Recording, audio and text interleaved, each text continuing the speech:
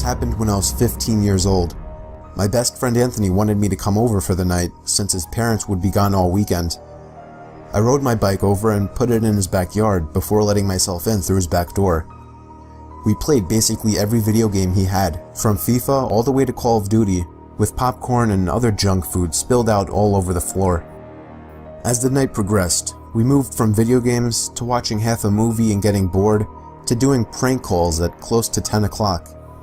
Anthony made a few calls to different pizza places. When it was my turn, I just dialed a few random numbers in hopes to get someone at their house. On, say, my fourth attempt, I finally reached somebody. A guy with a deep and rough voice picked up, answering with a yeah instead of a hello. Anthony's laughing in the background made me stumble with my words mid-sentence, ultimately cracking up into laughter.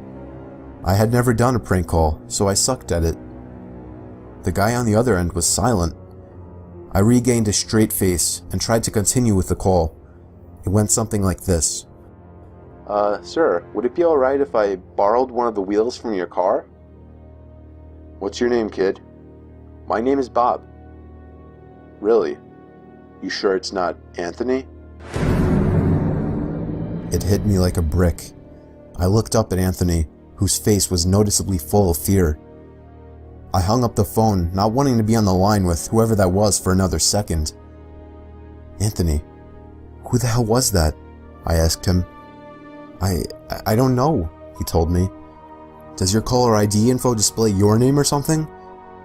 No, it shows my dad's name. We hopped on the computer and did some research, trying to figure out how it was possible to get someone's name through their phone number. It didn't make sense how he could get Anthony's name so quickly. He was way too young at the time to be on any of those personal information sharing websites.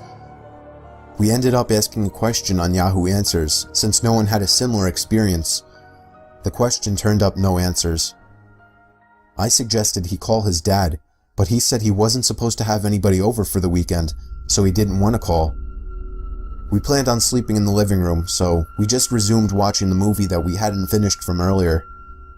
Right after the phone call had left my mind, me and Anthony looked at each other when we heard his front storm door opening, and then the doorknob to the front door began to turn. It only was able to turn about halfway before the lock restricted it. Anthony turned off the TV, and I went over to the window to see who it was. I spread the blinds open. There was a tall guy standing outside. He noticed the blinds moving, and turned to look at me. I practically threw the blinds back into place. Me and Anthony hid in the kitchen, listening for any more noises. We heard the sound of the gate to the backyard opening, as it was right outside the kitchen window. "God damn it," I said. "I forgot to shut the back door." Anthony urged me to run and shut it. I made it to the hallway leading to his back door, and froze. There was a silhouette standing outside the back door. I don't think he noticed me, but he was surely looking into the house. He opened the door and stepped inside. I tiptoed to the kitchen and motioned for Anthony to follow me upstairs. We made it to his room as quietly as possible, pulling the door shut to avoid making any noise. We crawled under his bed. He had cloth covering the bottom of his bed, so you couldn't see anything under it unless you actually moved the cloth. The doors downstairs all opened, each one getting closer to the stairs. Thumps finally began up the stairs, and he was right outside the door now. The door to the room opened.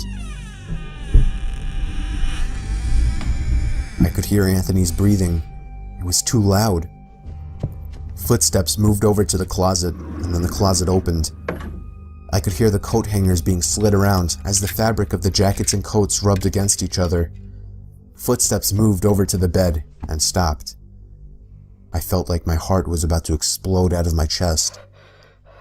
Anthony's breathing was too loud. I had to cover his mouth with my hand. Nothing but silence in the room now. We laid still for so long, I almost thought he wasn't even in the room anymore. I moved my hand away from Anthony's mouth and whispered in his ear, "You think we can make a run for it?" He was about to answer when the most disturbing, memory-haunting scream I'd ever heard filled my ears as Anthony was seemingly dragged out from under the bed. I crawled out and saw him struggling with the man. I desperately looked around for anything to use as a weapon. I settled with the screwdriver sitting on his nightstand. I hurried over to the man and drove the screwdriver into his back. He let go of Anthony as he let out a scream of agony, giving us time to get the hell out of the house. Running onto the road would give away our position too easily. It would take too long to make it to his neighbor's house. We dove for the tree line in the woods and took cover behind a bush, watching the house. The back door opened as the man stepped outside, looking around the backyard. He then looked out to the woods. I felt his eyes pass me as he scanned through the tree line. It seemed that it was too dark for him to see us. Then, he turned his head back in our direction. I ducked behind the bush. Joe, he's coming. What? Dude, get up, we gotta run. He was right. The man was approaching us fast. How could he have seen us? We ran through the woods with the leaves crunching under us, giving away our position. When Anthony tripped over something, I crouched down with him, hoping we had run far enough. Not even 20 seconds later, oncoming footsteps from the direction we were running from came fast. They slowed down only 2 trees away from us, as we lay face down in the leaves. Moments later, the footsteps take off in another direction. We waited until we could no longer hear them, and took off back in the direction of the house. While running, over the sound of leaves crushing and my heavy breathing, I could swear I heard leaves crushing from behind us. We made it back to his backyard, into his house, and this time remembering to shut the back door. We were now able to call the police. Anthony stayed on the line with them, while I patrolled the back windows, making sure nobody was out there. It was so dark though, I couldn't see anything. So I did something that seems stupid today.